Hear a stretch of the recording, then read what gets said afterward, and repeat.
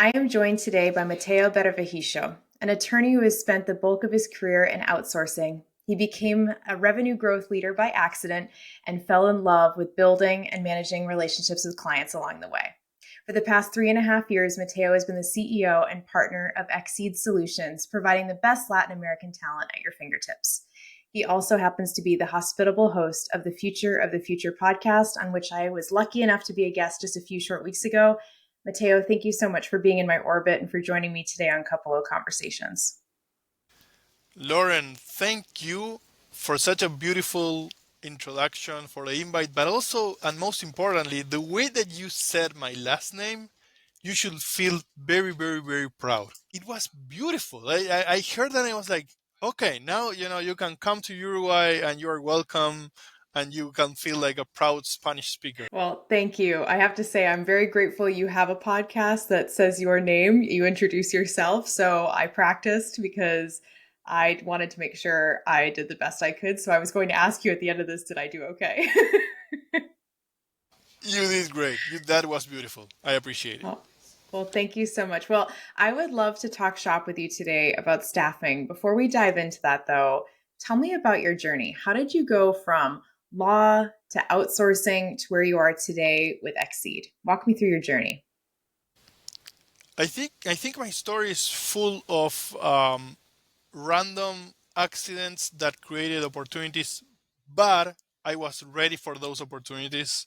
And we go back to that phrase of uh, luck is when preparation meets opportunities, right?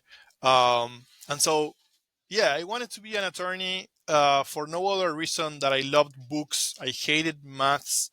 I loved talking and arguing. I would argue even when I was in first grade. I would argue with my teachers. I would argue with my parents. I would argue with whomever would get in front of me. I would argue I don't know. I would argue about religion when I was 80 years old. Right. That was the type of guy that I was. Super annoying. Super annoying.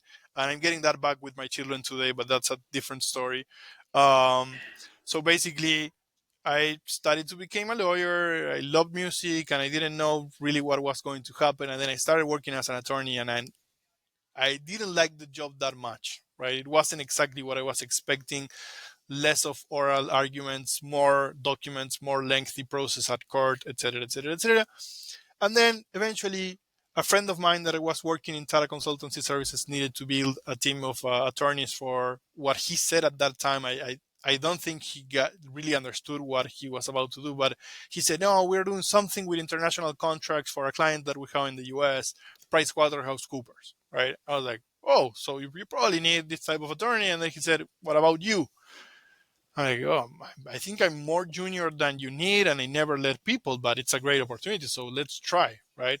So basically, I went through lengthy interviews, and I eventually got the job, which was kind of a question mark. Right? It was all of a sudden I was turning from being an attorney to leading a team of close to 20 people at the time, um, doing procurement, legal, and accounts payable functions for PricewaterhouseCoopers in the U.S. Um, and this world of outsourcing, right? I didn't know what exactly it meant, but I remember being in those first meetings. I remember talking to our U.S. customers, and I was like, I do like this. I do like this. I do like the international aspect of. Remember, I come from Uruguay, 3.5 million people country. All of a sudden, I start working in TCS has 500,000 people across the world, in most countries in the world, and PricewaterhouseCoopers in the US.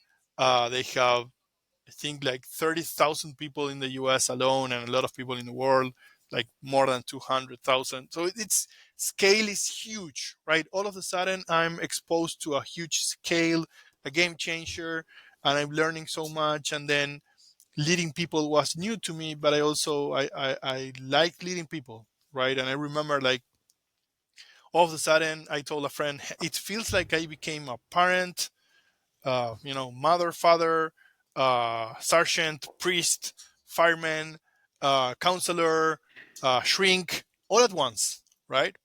And it takes a lot of energy of myself, but I like it, right? So let's go back to preparation. I was doing something with contracts, and I just the year before I had done like 1 year in legal English, right? So, and I always loved English and English as a language, right? I learned it when I was young, and one of the things I thought I could do if being an attorney didn't work out was like being an English teacher or professor, right? So I liked the language, and it wasn't like learning a language to me. It was more of playing by ear, and I liked it so much. And I think I was a little bit of a nerd at class that I was at class with the book and finish the exercise early, and I will ask the teacher like, "Hey, can I keep going?" Right? And so I would just keep going with the book and finish the book early during the year just because I liked it, and it wasn't.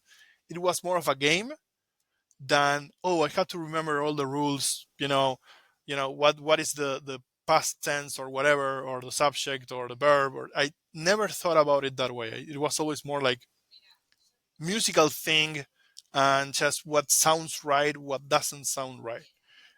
So I was getting ready for it, and I love outsourcing. I spent 4 years working there, and then I joined a U.S. company that had a captive center in Uruguay, Altisource, and I spent 7 years working there. And so, basically, since 2009, I have been working in outsourcing, leading teams, working for U.S. companies. And it's a weird thing because I live in Uruguay, but I feel like I work in the US, and I get up and I will open the Wall Street Journal, the New York Times, TechCrunch, The Verge, Mashable, etc. That's what I read every morning, right? I don't read the Uruguayan newspaper. It's weird. Some people nag me about it. I But I live in in Montevideo, in the capital of Uruguay, in a neighborhood there. I love being there. I love that my family is around. I love that I stay in touch with my high school friends. I love that I see my family, my parents every weekend. Um, and my family is huge, and it's super family oriented. So I loved it, and it was natural to me. It never felt weird. It never felt like, oh, I'm an attorney, but I'm not doing attorney work. It's like, no, it's actually outsourcing feels more normal for me than being an attorney. But I still do stuff related to I for PwC. I was negotiating their contracts, etc., etc., etc. Um, and then outsourcing and staffing go hand in hand, right? It's just staffing plus management. And I love managing people, and I love getting the best out of people, and I love finding what drives people, right? I'm huge on understanding motivation, what drives people. And so to me, outsourcing is staffing plus management. And so even if I changed industries, I did different things. I jumped from more managing legal teams to more procurement and vendor management to now software development and software engineers, etc., etc. Um, it has always been staffing. It has always been people and managing and leading teams. I think it's really remarkable how you've straddled these two worlds and going to the world of, I'd love to dive into the world of staffing. I imagine your audience is largely folks in technology in this industry. And so my first question to you about this specifically is, given especially your unique position where you've come from outsourcing and you're in staffing and you have a podcast and you interview people, I can only imagine the hundreds of interviews and conversations that you've had. What would you say are the main pain points that technology leaders face today and what you see them facing tomorrow? Great question. I think there are three main pain points. The first one is finding the right talent um, at the right time. They will find the right talent. It's just how long is it going to take them to find the right talent, right? The second one I think is also managing the talent so that they get the best out of it, and managing in terms of management, really getting deep into what drives people, what makes them happy. And because when people are happy and motivated, they will give you their best, right? So it's a win-win. And the third one is the time and effort it takes to replace anyone when they are leaving, right? So to scale up and down, that's a pain, right? It's not only finding the right people, but also when time comes that they need to scale up or they need to scale down, that's also a huge pain. And a staffing partner is someone that can help you navigate the three. And when you have a lot of focus on that, then you become a very important ally. Um, and I know you know that very well because you have such an amazing career and experience in this industry, and you're doing so great things with Cupalo. So, will you agree? Will you say those are what do you see? Yeah, no, I agree. I think that you've approached the same problem as I have, where the technology almost doesn't matter when it comes down to it. It's the people behind it. So it's finding the right people, it's keeping those relationships intact and figuring out how do you motivate, how do you inspire people to show up and give their best every day. And I do think another challenge I would maybe add is a lot of times leaders don't have a lot of mentorship. The higher they climb on the rung of the ladders, I think the less guidance they get, and yet the more exposure, the more vulnerability, because they're in this fragile state of they've got a lot of eyes on them, they've got a limited amount of time, a limited budget, and they've got a shit ton of things to deliver on. So I feel like that is another challenge I see from leaders as well on a personal note, where they might need guidance the most and they don't get it.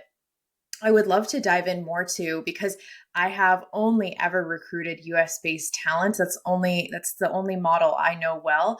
For organizations that are looking for nearshore talent, can you tell me what are some of the advantages over other staffing models? So I think Nearshore works very well with the US because you get very talented people that share your time zone, that are highly productive, and that have a lot of cultural affinity with US resources. This is a very delicate topic, and I don't mean to say that other regions of the world don't have the same cultural affinity, but I think it's just it's stronger, and it's basically because it's so close, and it's basically because I don't know. I I grew up watching the same shows, the same series that you watched, right? And same movies, uh, and there's so much affinity in terms of even in the U.S., right? I mean, what's the percentage of Hispanic people living in the U.S.? I mean, uh, in some cities you can, it's crazy, but you can get by just by speaking Spanish, right? So it's kind of embedded, right? Granted, the U.S. it's a mixture of people from all over the world, right? But I think it's super close. Um, yeah, those will be the main things, and what I keep finding as advantages, to get the job done right and really work with someone that is going to feel as the same as if they are in the US, basically. What is the tech scene like in Latin American countries? Like, I would, again, I have no visibility into this. So I would love to know, like, here in the US, we have Silicon Valley, right? We've got New York. And what's the tech scene like? Tell me more about what that's like, that world. It's super strong. Super strong. Uruguay, it's crazy. In Uruguay, I think our so it has a lot of agriculture. That's a huge factor in exports. Also, services. Within services, software is huge, right? And we're talking, remember, 3.5 million people.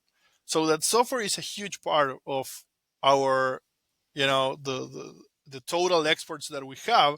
Gives you a hint of how strong technology is in Uruguay, right? And how strong the sector is. And the government has done a great job at helping companies get incentives, right? There are a lot of tax breaks, et cetera, et cetera, et cetera. So a sector that was in itself growing and passionate just became bigger and bigger and bigger and bigger.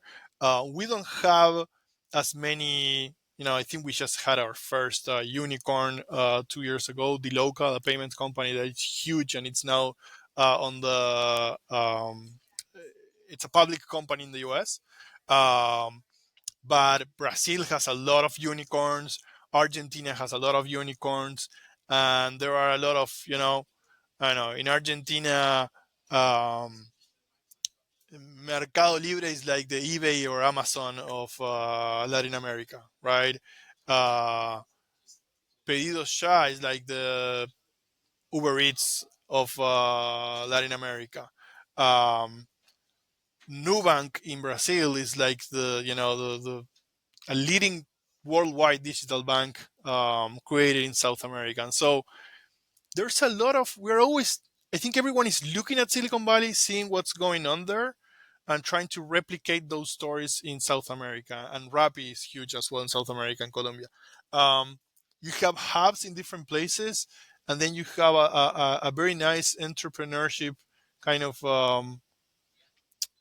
scene where a lot of entrepreneurs that have already made it are trying to create the next generation of entrepreneurs and helping. It's just in 2013, I became part of a startup, and it was a thing that I was doing as a side job, right? And I didn't know that much about startups, but I was working with someone at TCS. He was younger than me. Um, and he was like, "Hey, I'm doing this startup. Do you want to be a part of it?" I'm like, "Okay, so what does it mean? What are you doing?" Right? And he was building like a platform that will enable politicians to talk to citizens, etc., etc., etc.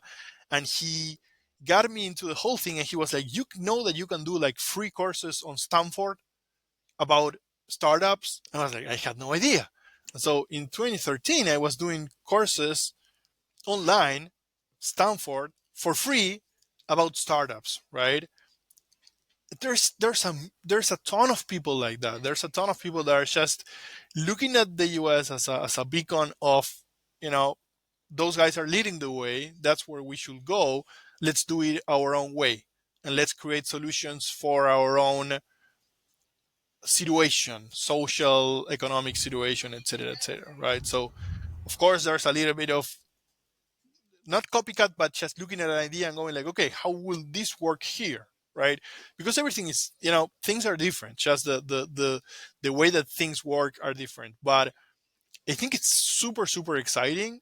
I'm probably not the best person to talk about the scene. I know that if I could, introduce you to people that would do a much better job than I on talking about it. But I think it's thriving, exciting, passionate, engaged, and very well guided. It's so great to hear because I think, I don't know, I live in my own little bubble, and it's exciting to hear that there is so much going on outside of the US, outside of my scope. I don't know enough about macroeconomics to answer this or maybe even ask this, but I am curious, do you see there being a direct correlation between the US macroeconomy and leveraging nearshore or Latin American talent? Yeah, for sure. Yes. So Latin American economies are very linked to the US. Not so much because a huge part of their exports go to the US, but because most economies in Latin America are dollarized. So if I want to buy a car, I will not buy it in the local currency. I will buy it in dollars. If I want to buy a house, I will buy it in dollars. So again, I'm not an expert. An economist might be hearing this and going like, "Yeah, you're saying it wrong." It's very linked, right? So the Fed rates being high, something that concerns us, right? Because we know that money is tighter in the U.S. And when money is tighter in the U.S., then yes, South America is a possibility for you to save money, but at the same time, there's just less money running around, right? And so the same way that when CFOs are crunching their numbers, reducing their budgets, and saying, we're going to do a higher freeze, that will impact South American companies as well. Um, I think it's weird because we live in a globalized world, and then it comes and goes, right? If you look at like factories and everything that happened with COVID and the supply chain, there seems to be, at least in the media, this trend of going more local again, right? Or if you look at situations like semiconductors and the reliance that exists on Taiwan, and the US is trying to bring factories back to the US, and do more of semiconductors in the US so that there's no reliance in an area of the world that might have a conflict, happening sometime. Um, but then, even Chinese companies are now creating a lot of companies in Mexico, right? So Latin America pops up again just because of its vicinity. It pops up again, right? It's very convenient, I will say, both in services and in industries, right? Um, do I see it growing? I see it growing. Yeah, I see it. Even if the speech sometimes seems to go against globalization, I the only thing I see is that it's growing more than ever. I see a lot of U.S. companies that are hiring direct in South America. They are not even going through companies like me, and and great for them. Or buying. There's a lot of buying of companies like mine company. It's a typical target for a U.S. company that goes like, oh, we like the type of talent that you have. We want to accelerate our growth. Boom. And now, I've seen there's a lot of great exits that people had in South American countries. There are just American companies that are, seeing an advantage on acquiring and having like a local print in South America. How that's going to work, um, I don't know. I think it's going to continue progressing, and I think there's always going to be companies that figure out how to do it themselves, and spend the money and time and people that they need to do that, and just find the right local leaders. And some others will outsource it and get local leaders through a company instead of doing it, hiring the local leader themselves.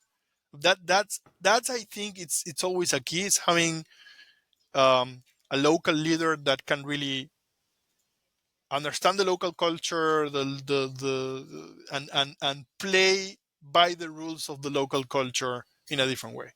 Well, I appreciate that. Even though you're not an economist, I felt I had a better understanding having spoken with you about this than if I tried to interpret it myself. So, I one of the questions I guess it's sort of awkward to ask, but I am really curious about it is when it comes to the actual team dynamic, because often you have offshore and onshore or US based talent working side by side on a team. And there's frequently a compensation discrepancy between those two, even working on the same, piece of technology or the same deliverable. And I was curious, is there ever conflict or friction as a result of those pay differentials? I'm just, between onshore and offshore talent. The one thing to keep in mind when you're making that comparison is the cost of living. So yes, there might be a pay differential in the numbers, which is big but not as big as people. It might be shorter than you might think. But at the same time, it's cost of living. It's the same. Like someone in New York needs way more money to live in New York than somebody in the middle of rural. You know, anywhere, right? I want to bring up any city, but anywhere. Uh, Same difference, right? I mean, you can maybe buy a bigger house with less money, maybe have a pool in the yard, etc., and you're making less money than the guy in New York or girl that is living in a small apartment and just barely making by, but they are in the middle of right in the middle of it, right? Um, so no, I have not seen any issues coming from that. I have seen conversations, but people don't tend to even talk about that. And it's just it's understood, right? Different cost of living, different pay. It is the way it is. I'm in New Hampshire. New Hampshire is much cheaper to live in than New York City. And yet I have heard conversations even amidst, US based citizens saying like, well, I'm doing the same job as so and so in LA, but I live in New Hampshire, but we're doing the same work. We should be paid the same. I think that's a conversation for maybe the economists to sort of discuss. But I didn't know, given again with my limited visibility into what that dynamic is between these types of teams. And so thank you for sharing that. I do think that cost of living absolutely plays a huge factor in this. About you personally, because we both happen to be in a very similar seat. And I am curious, what do you wish people better understood about your role and what you bring to the table? Because I do think sales can get a bad rap. I know you didn't grow up a salesperson and you found it sort of this circuitous route, and I think you've embraced it. You've also found, and it's very evident how much you love engaging with the human being in front of you. But what do you wish people better understood about your role? Maybe two things. Maybe I know that. So it's funny. I used to lead procurement teams, right? And I used to get a lot of vendors coming to me because they knew that I was kind of the door for the opportunity, right? And I tried to respond always. And I didn't felt annoyed because they were reaching out. It was like, okay, yes, it's I will do the same thing on their shoes, right? I think sometimes many people don't realize, many people that are in kind of positions of purchasing power don't realize that people that are offering something to them are not trying to be annoying. It's just part of their job. It's just part of the way that they make a living, right? And so I see a lot of people in LinkedIn even going like, "Hey, I'm getting tired of I got all of these messages, etc." And like, it's normal, right? Even now that I'm a CEO, I get a lot of people trying to sell me. I can create leads for you, right? So Every day. sellers selling to the seller, right? Which is always fun times, right? And I go like, I try to answer. I try to go like, no, thank you. I don't need this, or I don't have it, or maybe like, hey, your prospecting could be better. Maybe focus on this, or even companies that do staff augmentation and try to sell me staff augmentation. I'm like, did you go through my website and realize that we do the same thing? I wish you the best. I'm not going to buy from you. I do the exact same thing you do, and I don't need a partner that in your circumstances. Maybe I do need them elsewhere or whatever. I don't need one in your circumstances, right? So I try to answer. So that's one thing. Um, and I think people in purchasing seats, I don't like ghosting as a strategy. I like if I don't need something, I will say no, right? So people even that are even go through the purchasing process and at some point in time because of XYZ reason they don't need it anymore, just say so. It's okay. Hey, I don't have money right now. You know, can you reach again in 1 year? Perfect. The salesperson is going to put that in the CRM and they are going to reach again in 1 year. They're not going to bother you, right? It's the best you can do. Just tell them, hey, I cannot talk right now, but I will keep you in mind or reach back again in XYZ time. So much easier. Maybe you know, then there are 3 follow-ups that were unneeded that you just avoid them, right? So that's one thing. And the other thing is kind of the management component, right? I think that's something. It's for me as well to be able to express that and to be better at explaining that part of the value proposition. But it's very important. It's also, hey, we're not just good at finding people, we are good at managing people. We are good at making the best out of those people and being your partner along the way and help you leading with people because we love doing so and because we're good at it and because we have the experience. We've been there, we've done that. With the huge outsourcing companies or captive centers or small shops, etc., etc. We know the ins and outs of it, right?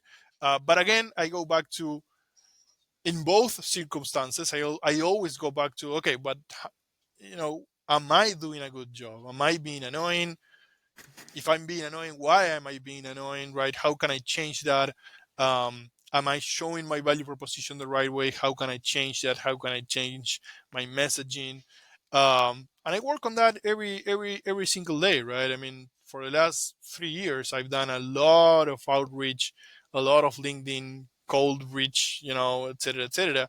And I think I keep getting better at it. And my persona in LinkedIn is it's also more clear what I do, right? So I don't need to even talk about it. I just can focus on building relationships and you can look at my profile and figure out like, okay, this guy is doing this, right?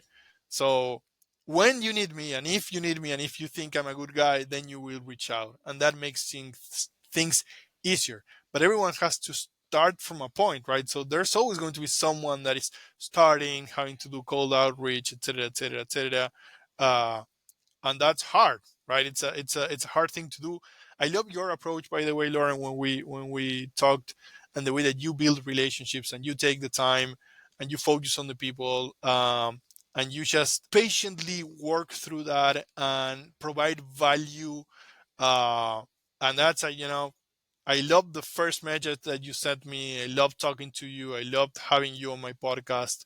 um, I many times refer people to you just because, it's like I can have the you build trust. I trust you. I think you're a great person, and I have US contacts that are in need of something that you provide, and I don't hesitate for a second and go like, "Hey, so and so, meet Lauren. She's great. Talk to her." Right?